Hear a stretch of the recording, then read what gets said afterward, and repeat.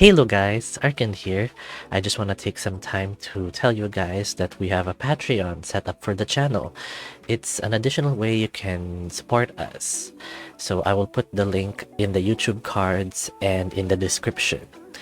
Thanks for checking it out and I hope you enjoyed the video. Hello guys, Arkan here. Welcome to another toe dip. This is Promises to Keep. It follows the story of a post-college snow leopard after he returns to his childhood home. There he will experience deep self-discovery, reunion, and light-hearted romance as he grows with a vibrant group of individuals that are brought together by unlikely circumstances. So with that, let us check out the story.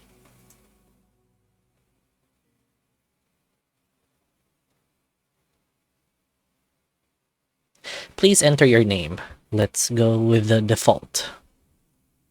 Oh, do I really need to enter a name? Your name will be Leo, okay? Yes. We're sorry to inform you that due to severe weather conditions, your upcoming flight has been cancelled. Please log into our app or website to reschedule. Fuck. I had just laid down, fur still wet from the shower, luggage packed and ready to go.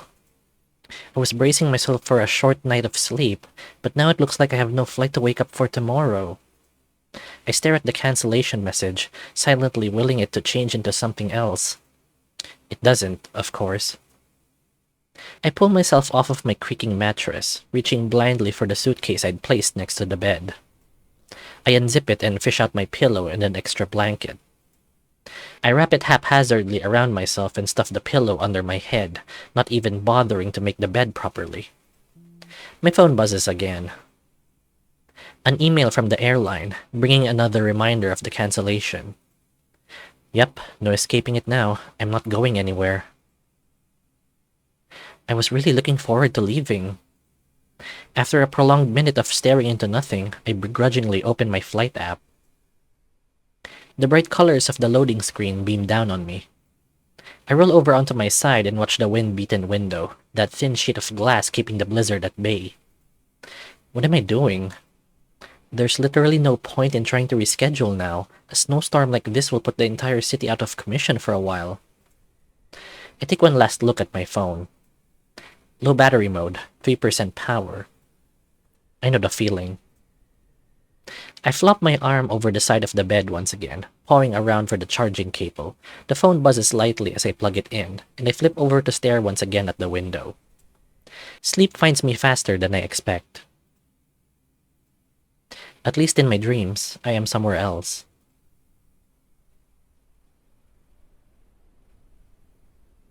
Somewhere else? Didn't you want to live here? Didn't you promise all those years ago to all those people that you'd return? Now that you're here, you can't wait to leave. Face it. You've returned, but you're not really living here. You're just waiting to die. I shiver a little. Something feels off. I poke my head out of the tightly wrapped nest of blankets. My bleary eyes take a few moments to adjust to the bright light peeking through the curtains. What time is it? I reach for my phone on the nightstand, sleepily sweeping my paw around my desk until I find it. I groan. Guess it's on the floor now. I begrudgingly roll to the edge of the bed, still somewhat protected by my covers. Fishing my phone off the ground, I tap the screen to check the time. Nothing. I could have sworn I plugged it in. I get up, still swaddled in my blankets, and stumble over to the window. I open the curtains and... Oh my god. I had known the storm was going to be serious, but... Standing in my frost-covered window, I'm greeted by huge, looming mountainous piles of snow. It had been ages since I had seen anything like this. Adjusting my cocoon of blankets, I reach out a paw and place it gently against the glass, feeling the chill seep into my paw pads. The view through my window was... comforting, in a way. It reminded me of childhood mornings, the unparalleled excitement of a snow day, and the cozy security of a warm house in cold weather. I shiver again. A warm house. I look down at my still dead phone, then back up at the snow-encrusted window. My brain feels fuzzy and slow, unable to fully comprehend my situation. Wait. I turn and sweep into the living room, my blankets trailing behind me, and walk up to the thermostat on the wall. You've gotta be kidding me. I can only see my reflection staring back at me in the temperature control panel, the interface itself blank and devoid of life. Suddenly, it strikes me just how cold I am, how cold everything is, from the air brushing my face to the floor beneath my footpaws. The power must have gone out at some point during the night. And with it, of course, the heat. For a few long moments, I stand completely still in the center of the living room, attempting to process this turn of events. I trudge over to my fridge and open it out of instinct, but am quickly reminded that I cleaned it out last night. Probably for the best. This thing is useless without power. Defeated, I slowly walk to my chilled easy chair and sit, unsure of what to do. Without a clear way out of this mess, all I can do is start to daydream. I wonder if he's still there, enduring the storm like everyone else. Who am I kidding? I've been back here a whole year and there's been no sign of him. Not that I've actively scoured the city for him, but I've just been so busy. Work has been so busy. Life just got in the way. I'm jolted out of my thoughts by the doorbell. Startled, first standing on end a little, I crane my neck, trying to see the visitor through the frost-caked window. When that fails, I finally uncurl myself from my chair and step quietly toward the door. Peeking out of the peephole, I can see nothing, just a white haze, must be covered with snow. I jump as the knock sounds once again, right next to my head. Hello? Anyone in there? My name's Theodore, and I live down the street. I'm just checking to make sure you're okay. Theodore? Yes, I remember running into him once or twice on the way to work, an Arctic fox, about 10-ish years older than me. I reach out a paw to open the door, then realize I'm still swaddled in blankets. I frantically shed my sheets and scramble about for a coat, cursing as I knock it on the floor. When I'm finally ready, I cautiously open the door. And the wind hits me like a truck. My fur fluffs up and I curl into my jacket, shivering. I had expected my thick snow leopard pelt to keep me safe from the wind, but clearly I was wrong. The bundled-up Arctic fox stands in my doorway, paw outstretched to knock again. Oh, hello. Sorry for the surprise visit. Leo, right? I nod dumbly, too cold to give him a proper reply. He looks me up and down, concern plain on his face. I'm checking up on my neighbors. I understand a lot of people lost power last night and... He stops mid-sentence and takes a tentative step forward. Do you mind if I come in? Then we can shut the door. You look like you're freezing. I take a guilty look behind me at the state of my living room. It's a little messy, but okay. I step backward and let him shut the door behind him. Thank you, Leo. Some weather we're having, right? Gives me something between a grimace and a smile, clearly trying to lighten the mood as I shiver next to the door. He looks me up and down again. I nod once more, pulling my coat tighter around myself. I miss my blanket cocoon. How can I help you? Well, I'm hoping I can be the one to help you. His eyes scan the room, landing on the dead thermostat and the piles of blankets on the floor. I wince internally, thinking about what a mess the place is. It's looking like this whole side of the street lost power.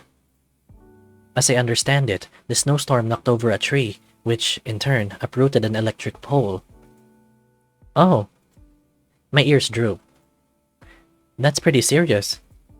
He locks eyes with mine then, his voice gentle.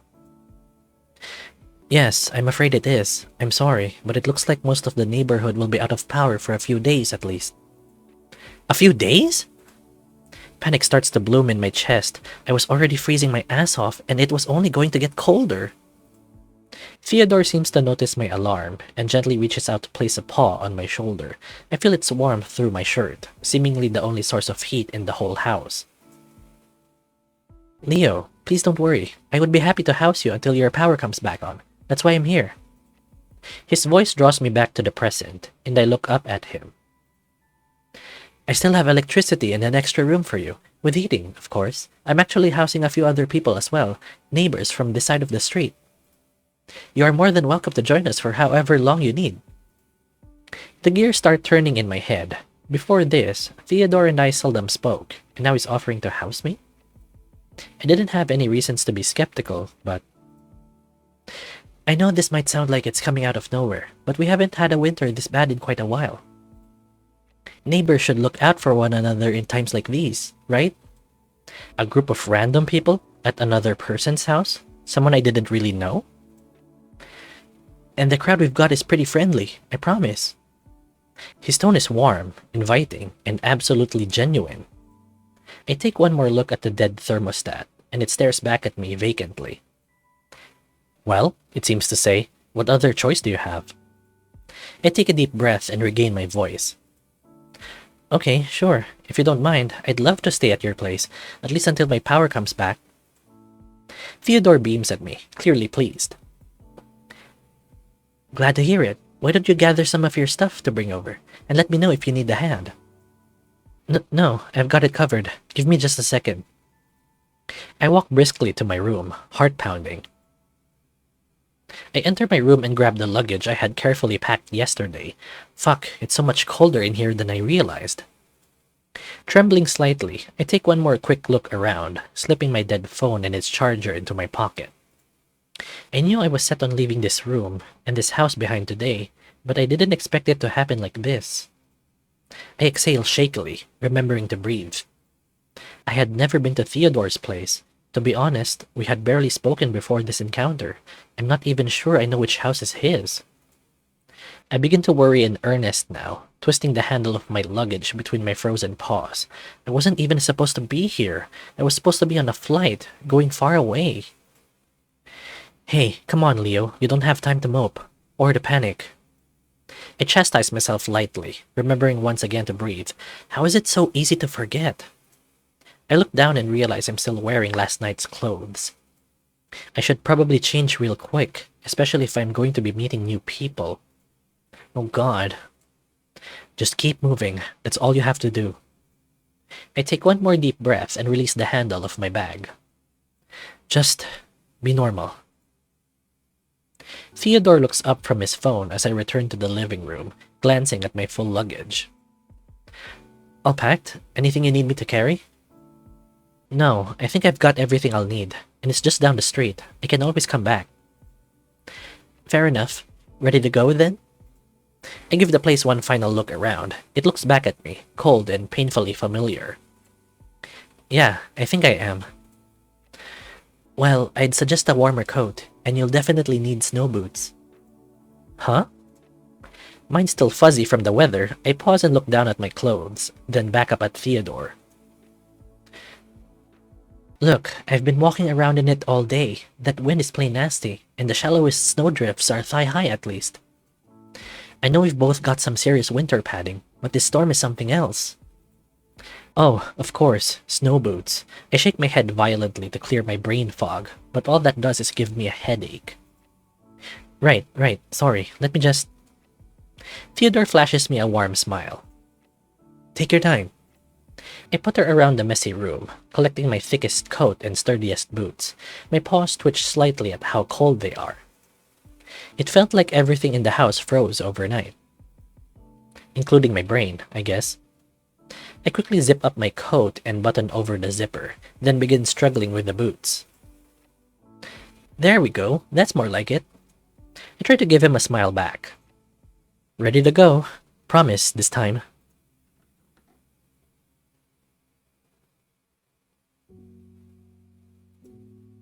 The snow stretches out in front of me, pristine, fresh, and almost paw print free. I take a few steps, disrupting the nearly perfect surface with my heavy, boot-clad paws. Despite Theodore's warnings, I gasp slightly as my legs sink in past the knee, cold slush seeping into my jeans. I lift my head slightly, and the snowfall seems to slow for a moment as I take in my surroundings.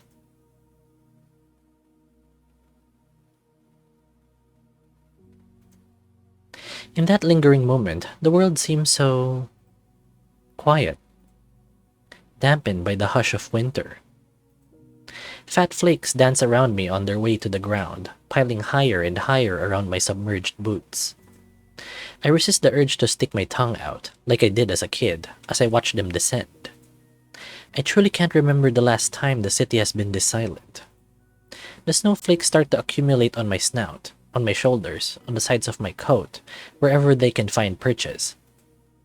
My snout starts to sting, yet my other senses feel so muffled. For a single precious second, the world seems to stop turning. All is silent, calm, and still. And then the wind picks up again, and the sweet, beautiful snowfall starts to blow directly into my face and eyes. I hiss in pain and hike up the hood of my coat. The howling gusts tear at the fabric, trying to rip it off and ruffle unchallenged through my fur. It's like nature itself was reminding me of its preeminence. I feel the weight of my cold phone in my pocket, a victim to the wrath of the storm. I think of the plane I was supposed to board, grounded by the weather, buried like the cars on the street. I feel helpless, too, taking it all in, a speck in the endless white ocean, whose tide could so easily sweep me away. I would be powerless to fight back. Then, a steady paw on my shoulder pulls me out of my thoughts. "Hey, you alright?" He's nearly shouting over the sound of the wind. I turn to face him, blinking and shaking the snow off my face. The gusts wane slightly, and I manage to get a few words out. Yeah, I'm just adjusting. I mean, I was born and raised here, but I don't even remember seeing snow like this." Theodore nods. "As far as I can remember, this is the worst it's ever been." I believe it. The cold starts to pierce through my layers, and I can feel a creeping wetness spreading underneath my socks. Theodore seems to be surveying the area as well, but I get the feeling he isn't just taking in the scenery. "It'll be days, I think, before they can get the plows through here, and it's obviously still piling up, so..." I can hear the worry creeping into his voice as he looks up and down the street. I look past him to my car, parked in the driveway, or at least, what I think is my car. Only a vague shape is visible beneath the snow. "But that's for future us to worry about." He imbues his voice with some forced cheer and starts wading through what I assume is the sidewalk. "For now, let's just get to someplace warm. I'm freezing my tail off out here." He leads the way and I follow closely behind him. We walk slowly, with a wide, loping gait, footpaws testing for shallow spots, doing our best not to topple over. After only a few steps, I start following Theodore's trail exactly, tired of wading through the thigh-high drifts. We walk quietly, both of us devoting most of our attention to staying upright. I wasn't really in a conversational mood anyway. For some reason, it felt wrong to talk too much out here. Winter was speaking. We could choose not to listen, but we shouldn't interrupt. After a minute or so, Theodore turns back to me and points towards a nearby house. "This one's mine." I blink in surprise. It's huge. For some reason, I hadn't expected him to own the biggest house on the block. We walk up the partially shoveled porch steps and he fishes a keyring from his coat pocket. "I'll need to give this another shovel tomorrow. People will be coming and going." He turns the key and opens the door. We both hustle in and hurriedly shut it behind us, eager to escape the chill. The warmth in the living room is heavenly, courtesy of a robust heating system and a merrily crackling fireplace. I can feel my muscles finally begin to relax in response to the welcoming heat. I don't think I realized just how cold I had been until this moment. "We're back!" Theodore calls out as we enter the house, but I don't hear a response. "They must be busy. Oh well, you can meet them later." He sheds his coat and holds out his paw to take mine.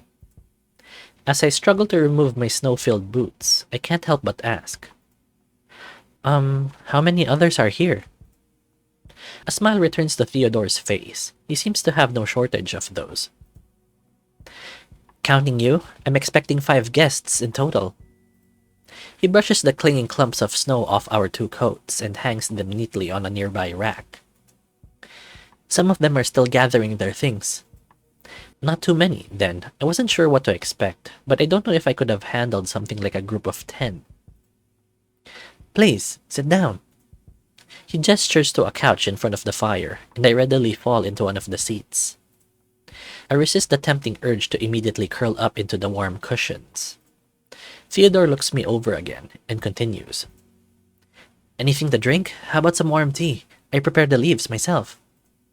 I suddenly notice how wet my pant legs are, and guiltily shift them off of the couch. I think I'm good. To be honest, I kinda feel bad intruding in the first place, so... Theodore raises an eyebrow. Now, I'm gonna stop you right there. As long as you are staying here, what's mine is yours. I promise you, there is no reason at all for you to feel bad or guilty. It's not as if the power outages are your fault. And speaking of, I felt how cold it was in your house. You must still be freezing. Please, let me bring you a warm mug of tea. Alright, you got me. Some hot tea sounds wonderful right now. Excellent. I'll be back in just a second. He turns and begins to walk through to the kitchen. Theodore? He stops in the doorway and turns. Thank you. For all of this? It's my pleasure, and please, call me Theo. Before we end the video, I would like to give a massive thank you to our patrons. Your support means more than the world to us. It means the galaxy to us. Check out patreon.com/arkandray07 to be a patron today. Ciao!